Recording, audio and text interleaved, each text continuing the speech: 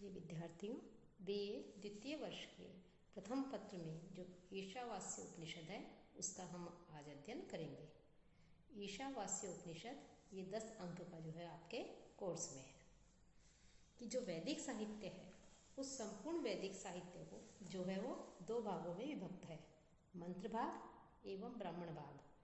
कहा भी गया है मंत्र ब्राह्मणयोर वेद नाम ध्येयम्। इन्हीं दोनों भागों को क्रमशः कर्मकांड एवं ज्ञान कांड भी कहा जाता है। वेदों के जो ज्ञान कांड है या जो ब्राह्मण भाग है उनको ही वेदांत के नाम से भी जाना जाता है। उपनिषद जो है वो वेदों का अंतिम भाग है, अतः इसे भी वेदांत के नाम से जाना जाता है। कर्मकांड और ज्ञान कांड ये दोनों जो है, इन दोनों का अर्थ और निर्णय परस्पर में क्या है, सापेक्ष है। और सापेक्ष होने के कारण वेदांत भाग जो है उसके अर्थ के ज्ञान के बिना कर्म कांड जो है उसके अर्थ का निर्णय भी असंभव है। अर्थात वेदांत ज्ञान के द्वारा ही कर्मों का जो वास्तविक प्रयोजन है या कर्म कांड जो है उसका ज्ञान संभव है। कि वेदांत तथा उपनिषद ये दोनों ही शब्द समानार्थक हैं। उपनिषद किसे कहा गया है कि जिसको शिष्यजन अपने आचार्य के सानिध्य में बैठकर प्राप्त करते हैं। उपनिषद गुरु के पास में जाना और उन गुरु के पास में जा करके बैठ करके जो ज्ञान प्राप्त किया जाता है, जो विद्या प्राप्त की जाती है उसे उपनिषद कहते हैं।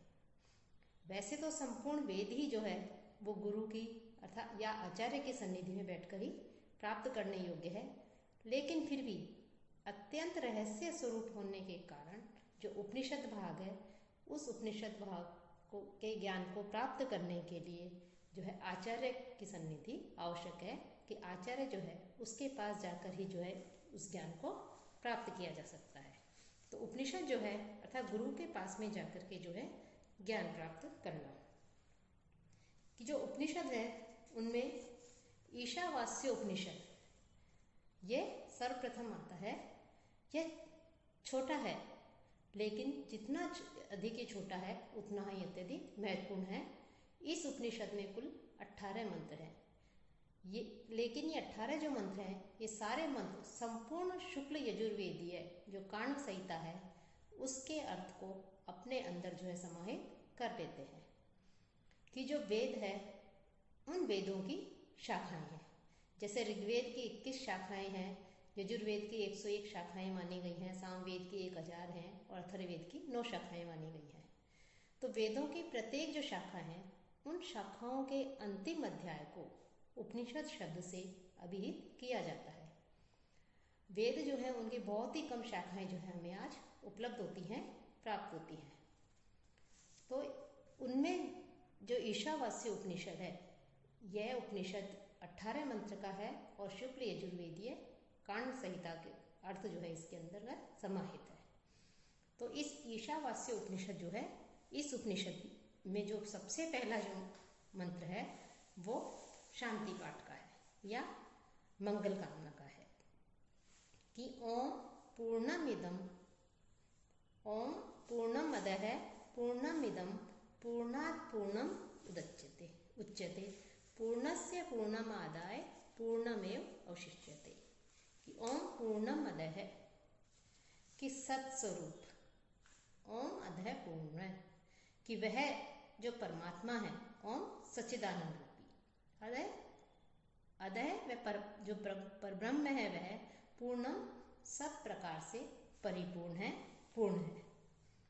इदम पूर्णम यह जो जगत है यह भी पूर्ण है। पूर्णात् पूर्णम उच्यते कि उस पूर्ण से ही अर्थात जो पर ब्रह्म है उस ब्रह्म से ही पूर्णम यह जो पूर्ण जो जगत है यह जगत भी जो है उदच्यते उत्पन्न हुआ है। कि उस पूर्ण जो ब्रह्म है उस पूर्ण ब्रह्मा से ही ये पूर्ण जगत उत्पन्न हुआ है, इसकी सृष्टि हुई है। कि पूर्णस्य कि पूर्ण के पूर्णमादाय कि उस पूर्ण के पूर्ण को यदि कि ब्रह्मा की पूर्णता को लेकर उससे निकल जाने पर भी जो है आदाय लेकर निकल जाने पर भी जो है क्या शेष बचता है, पूर्णमेव अवशिष्यते कि जो केवल पूर्ण है वो पूर्ण ही बचता है। कि वह सच्चिदानंद जो धन रूपी जो परब्रह्म है पुरुषोत्तम, वह सब प्रकार से सर्वदा परिपूर्ण है। यह जगत जो है यह भी उस ब्रह्म से ही, परब्रह्म से ही पूर्ण है, क्योंकि यह पूर्ण और उस पूर्ण परम जो पुरुषोत्तम है उससे ही उत्पन्न हुआ है। पर ब्रह्म की पूर्णता से तो जगत भी पूर्ण है, इसलिए वह भी परिपूर्ण है। उस पूर्ण जो ब्रह्म है, उस पूर्ण ब्रह्म में से यदि पूर्ण को निकाल लिया जाए तो भी जो पूर्ण है वही शेष बचता है। अर्थात सत स्वरूप, चित स्वरूप तथा आनंद स्वरूप पर ब्रह्म ही ओम शब्द का वाच्य है। वह पूर्ण है। उसका कार्यभूत यह जो जगत है यह भी पूर्ण है। पूर्ण ब्रह्म से ही यह पूर्ण जगत उत्पन्न हुआ है, और पूर्ण ब्रह्म की जो पूर्णता है उसको लेकर उससे निकल जाने पर भी जो है क्या शेष बचता है? पर ब्रह्म जो है वो पूर्ण ही शेष बचता है।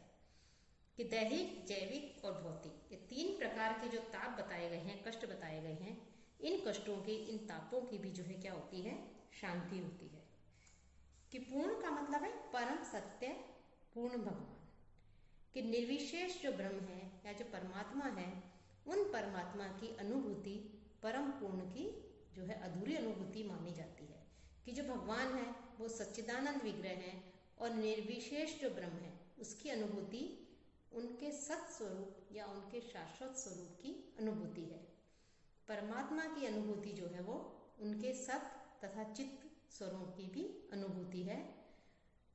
भगवान की, परमात्मा की अनुभूति सारे दिव्य स्वरूपों, सत, चित्त और जो आनंद है इनकी अनुभूति है। और जब किसी को परम पुरुष की अनुभूति होती है तो वह इन स्वरूपों को पूर्ण रूप से जो है अनुभव करता है। तो इस प्रकार परम सत्य जो है वो पूर्ण भगवान है। कि भगवान जो है वो पूर्ण है, चूंकि वह पूरी तरह अखंड है, अतः उनके सारे जो उद्भव हैं, ये जो व्यवहार जगत है वो उन पूर्ण के रूप में ही परिपूर्ण है। पूर्ण से जो कुछ उत्पन्न होता है वह भी अपने आप में पूर्ण होता है। कि ईश्वर जो है, परमात्मा जो है, उन परमात्मा से जो कुछ भी उत्पन्न होता है वह भी अपने में पूर्ण है। चूंकि वे परमात्मा जो है वो पूर्ण है, इसलिए उनसे न जाने इतनी अनेकों जो पूर्ण इकाई हैं वो भी जो है उद्भूत होती हैं, तो भी जो है वो उसमें से निकल जाते हैं। अनेक इकाइयाँ निकलती हैं उसमें से, लेकिन फिर भी जो है वो क्या कहे जाते हैं? पूर्ण ही कहे जाते हैं। तो ये जो है एक तरह से कह सकते हैं कि ये मंगलाचरण है, मंगल कामना है। यहाँ पर जो ईश्वर है उनकी स्तुति की गई है, उनकी जो है प्रार्थना की गई है। कि मनुष्य जीवन की पूर्णता की अनुभूति तभी हो सकती है जब मनुष्य पूर्ण की सेवा में लग जाए। और पूर्ण क्या है? ईश्वर, परमात्मा। और पूर्ण जो है, परम पूर्ण जो भगवान है, उनमें अनंत शक्तियाँ होती हैं और उनमें सब उन्हीं के समान पूर्ण है। यह दृश्य भौतिक जगत भी अपने आप में पूर्ण है। ये जो भौतिक ब्रह्मांड हमें दिखाई दे रहा है वे सब भी जो है उस पूर्ण में समाहित है। तो सब कुछ जो है ये परमात्मा के अधीन है, परमात्मा की शक्ति के द्वारा, पूर्ण की शक्ति के द्वारा, ब्रह्म की शक्ति के द्वारा स्थिर है उनके। और यह क्षणिक अभिव्यक्ति जो है यह पूर्ण की पूर्ण व्यवस्था जो है उससे, अर्थात परमात्मा से जो है, जो ये भौतिक सृष्टि हमें दिखाई देती है, भौतिक रचना जो हमें दिखाई देती है, ये सब जो है नष्ट भी हो सकती है। तो मनुष्य जो है वो जीवन की पूर्णता की अनुभूति करना चाहता है, तो उस मनुष्य को पूर्ण की सेवा में, अर्थात ईश्वर जो है उस ईश्वर की सेवा में संलग्न हो जाना चाहिए।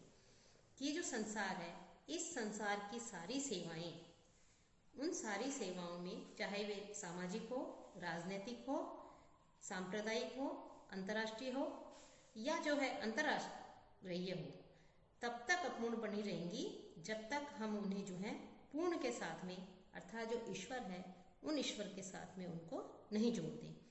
इसलिए जो है ईश्वर जो है, प्रत्येक वस्तु जो है जब वो पूर्ण से जुड़ जाती है, परमात्मा से जुड़ जाती है, तो उसमें लगे हुए या उसमें संलग्न जो अंश है वो भी अपने आप में जो है पूर्ण हो जाते हैं। वह परब्रह्म परमात्मा सभी प्रकार से पूर्ण है। यह जगत भी परब्रह्म से ही परिपूर्ण है। कि उस पूर्ण ब्रह्म की पूर्णता को लेकर सृष्टि होने पर भी, उद्भूत होने पर भी जो पूर्ण है वो ब्रह्म पूर्ण रूप से अवशिष्ट रहता है। तो इस प्रकार से जो है यहाँ पर जो परब्रह्म है उस परब्रह्म की पूर्णता का, जगत की तदात्मकता का जो है यहाँ पर वर्णन किया गया है कि जब हम ईश्वर को मानते हैं, भगवान जो है उनकी सत्ता को मानते हैं, उनको स्वीकार करते हैं, तो परम पूर्ण भगवान की अनंत जो शक्तियाँ हैं उन शक्तियों को मानते हैं, तो अपने आप ही जो है सारे प्रकार के जो ताप हैं, दैविक, भौतिक या जैविक जो हैं, वो सारे तीनों प्रकार के संताप, कष्ट जो है वो शांत हो जाते हैं। तो ये एक प्रकार से जो है ये क्या है मंगल कामना की गई है, सभी प्राणियों के मंगल की, उनके कल्याण की जो है यहाँ पर स्तुति की गई है, उनकी कामना की गई है। तो ये जो है ये ईशावास्य उपनिषद का, इसे शांति पाठ भी कह सकते हैं। यह बृहदारण्यक जो उपनिषद है उसके 5वां जो अध्याय है, उस 5वें अध्याय के प्रथम ब्राह्मण की प्रथम कंडिका का पूर्वार्ध है। इसे शांति पाठ के रूप में भी जाना जाता है। और जो इसके प्रारंभ में जो आया है, ओम पूर्णम अदः पूर्णमिदं पूर्णात् पूर्णम उदच्यते पूर्णस्य पूर्णमादाय पूर्णमेव अवशिष्यते। तो यहाँ जो सबसे पहले ओम आया है, यह ओम जो है यह ए, उ तथा मैं, इन तीनों से मिलकर के ओमकार की उत्पत्ति होती है। ओम शब्द जो है वो निष्पन्न होता है। और इन तीनों वर्णों में से भी प्रथम जो ए है, उस ए को ब्रह्मा का जो है विष्णु है, उन विष्णु का वाचक माना गया है कि ए ब्रह्म का सर्वप्रधान नाम है और इसे जो है विष्णु का वाचक शब्द माना गया है। तो इस प्रकार से जो है सारे प्राणी जो है, सभी भूत जो है इसी से उत्पन्न होते हैं, यही सुरक्षित, इसी के द्वारा सुरक्षित होते रहते हैं और अंत में इसी में लीन होकर के मोक्ष को प्राप्त हो जाते हैं। तो ऐसे पूर्ण तत्व अर्थात ऐसे परब्रह्म परमात्मा को जानने का प्रयास करना चाहिए। अब ये तो जो है एक तरह से मंगल कामना की गई है, सबकी जो है एक तरह से कल्याण की कामना की गई है। अब इसका जो पहला मंत्र है उसमें भगवत दृष्टि जो है, उन भगवत दृष्टि का, सब जगह भगवान की दृष्टि का जो है उपदेश दिया गया है कि ईशावास्यमिदं सर्वं यत् किंचित् जगत्यां जगत् तेन त्यक्तेन भुंजिता मां हृदय कस्यचित् धनम्। इदम सर्वम, इस जगत में जो कुछ भी, सर्वम जो कुछ भी हमें दिखाई दे रहा है, चाहे वो स्थावर हो या जंगमात्मक हो, जो कुछ भी संसार है वो सब ईशावास्य, वह सब उस परमात्मा के द्वारा ही व्याप्त है, ये सारा संसार है। यत् किंच जगत्याम जगत, और जो कुछ भी ये जो जगत्याम जगत, ये जो जगत है उस जगत में जो चेतन स्वरूप है, जगत्याम जगत के जो चेतन स्वरूप जो जगत है, इस जगत में जो कुछ भी हमें दिखाई दे रहा है वो सब भी जो है क्या है, ईश्वर जो है उसी के अधीन है, परमात्मा के द्वारा व्याप्त है। तेन, इसलिए तुम जो है त्यक्तेन भुंजिता, तुम जो त्याग की भावना जो है उससे जो है भुंजिता, उस त्याग की भावना जो है, उस त्याग पूर्वक उस भावना को भोगते रहो, त्याग की भावना का पालन करते रहो। और मां हृदय है, और उसके प्रति जो है आसक्त मत बनो कि धनम कस्यचित्, धनम की जो धन है, भोग्य पदार्थ हैं, भौतिक पदार्थ हैं, उन भौतिक पदार्थों के प्रति जो है अपने त्याग की भावना का पालन करो, त्याग की भावना रखो और किसी के भी धन के प्रति, भौतिक पदार्थों के प्रति जो है लालच की भावना जो है अपने मन में नहीं रखो, उस धन का जो है लालच मत करो। कि इट, जो प्रशासन, जो शासन करता है, प्रशासन करे, उसे इट कहते हैं। और इट शब्द जो है उसका जो तृतीयांत रूप होता है वो ईशा होता है। और परमेश्वर जो है वो सब पर शासन करने वाला होता है, सबको जो है अपने अपने कार्यों में नियुक्त करने वाला होता है, ऐसा वो सभी का परमात्मा है।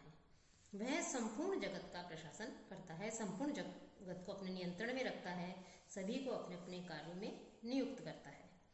वह सभी जीवों की आत्मा होते हुए भी प्रत्यात्मा रूप होने के कारण अपने उसी रूप वाले आत्मा से यह जो है आच्छादनीय है, जगत जो है आच्छादनीय है। कि जो सब कुछ जो है, जो कुछ भी पृथ्वी में स्थावर जंगलात्मक मनुष्य पशु पक्षी जो कुछ भी हमें दिखाई दे रहा है, वह सब अपने जो है आत्मा अर्थात जो ईश्वर है उस ईश्वर से आच्छादित है।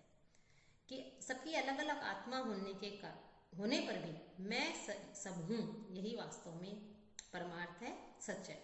आत्मा जो है उस आत्म तत्व की महत्ता का, उसका जो है यहाँ पर इसमें वर्णन किया गया है कि जो आत्मा है वो सभी के अंदर विद्यमान है। कि भगवान जो है उनमें अनंत शक्तियाँ होती हैं, वे सारी और अपनी शक्तियों के लिए के अनुसार वो जो है इस ब्रह्मांड के भीतर जितने भी जड़ और चेतन वस्तुएं जो होती हैं, उन सारी वस्तुओं को जो है सबका शासन करते हैं, उनको व्याप्त करके स्थित हैं।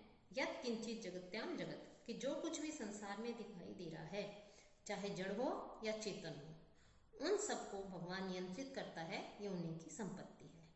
इसलिए मनुष्य को भी चाहिए कि त्यक्तेन भुंजिता, त्याग भाव से जो है पालन करे। मनुष्य जो है उन्हीं वस्तुओं को स्वीकार करे जो उसके लिए आवश्यक है या जो उसके भाग के रूप में नियत कर दी गई है।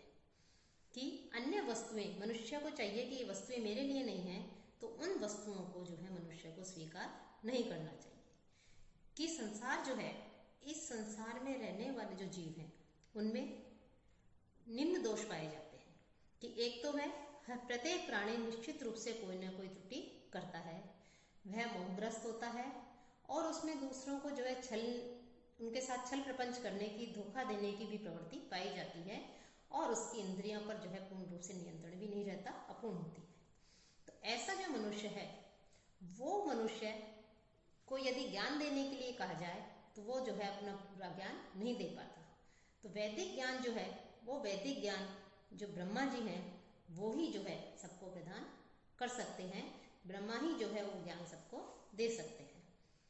तो पर ब्रह्म पुरुष भगवान एक हैं और उनके पास अपनी विभिन्न शक्तियों के द्वारा हर वस्तु को जो है नियंत्रित करने की, अपने पास रखने की जो है पूर्ण बुद्धि है। और वो ही जो है प्रत्येक वस्तु के परम नियंता है, पालक हैं, सर्वे सर्वा है। वे हर एक वस्तु को जानने वाले हैं, सर्वज्ञ हैं, हर एक का उपकार करने वाले हैं। अचिंत्य शक्तियों जैसे बल, संपत्ति, यश, सौंदर्य, ज्ञान, वैराग्य आदि जो है उन सबसे वे युक्त हैं। इसलिए वो सभी मनुष्य को उनके लिए अनुसार जो है सारी चीजें देते हैं। तो व्यक्ति जो है, उस व्यक्ति को भी जो वस्तुएं उसे प्राप्त की गई हैं, इस जगत में जो कुछ भी है सब कुछ पर ईश्वर के द्वारा, परमात्मा के द्वारा व्याप्त है। इसलिए मनुष्य को जो है भौतिक वस्तुओं के प्रति या जो उसके लिए नहीं है उनके प्रति जो है त्याग की भावना रखनी चाहिए। कि जैसे कि कोई पशु है, बाघ है, वो अन्न आदि नहीं खाता, दूध आदि नहीं पीता, तो वो केवल पशु का जो मांस है उसी को भोजन के रूप में ग्रहण करता है। ऐसे ही अनेक पक्षी जो हैं या पशु जो हैं वो शाकाहारी भी हैं। वैसे ही मनुष्य जो है, उस मनुष्य को भी जो है जो उसके लिए आवश्यक है, चाहे वो भोजन हो, चाहे भौतिक वस्तुएं हों या अन्य कुछ ईश्वर द्वारा प्रदत्त वस्तुएं हों, तो यदि उसे उनकी आवश्यकता है तो उसके अनुसार ही जो है उनका ग्रहण कर लें। और यदि उनके प्रति उसकी आसक्ति नहीं रखनी चाहिए उसे, और यदि वो दूसरों के लिए है तो उनके प्रति जो है उसे अपने मन में जो है त्याग की भावना रखनी चाहिए। उसे प्रकृति के नियमों को जानना चाहिए। व्यर्थ के राग और जो द्वेष है उनके प्रति जो है या आसक्ति के प्रति जो है प्रभावित नहीं होना चाहिए। तो यहाँ पर जो है ईश्वर जो है सबको, ईश्वर चीजों को, चाहे जड़ हो या चेतन हो, सबको ईश्वर के अधीन बताया गया है। इसलिए कहा गया है कि संसार में सब कुछ जो है ईश्वर के द्वारा व्याप्त है, परमात्मा के द्वारा व्याप्त है। उन सब इसलिए जो है जो उसके भाग्य में जो है मनुष्य के या प्राणी के, वो उसी का ग्रहण करे, अन्य को जो है के प्रति त्याग की भावना रखे। तो इसमें जो है सर्वत्र जो है ईश्वर की कृपा दृष्टि का जो है, ईश्वर की सत्ता का जो है इसमें वर्णन किया गया है। अब अगले व्याख्यान में आगे का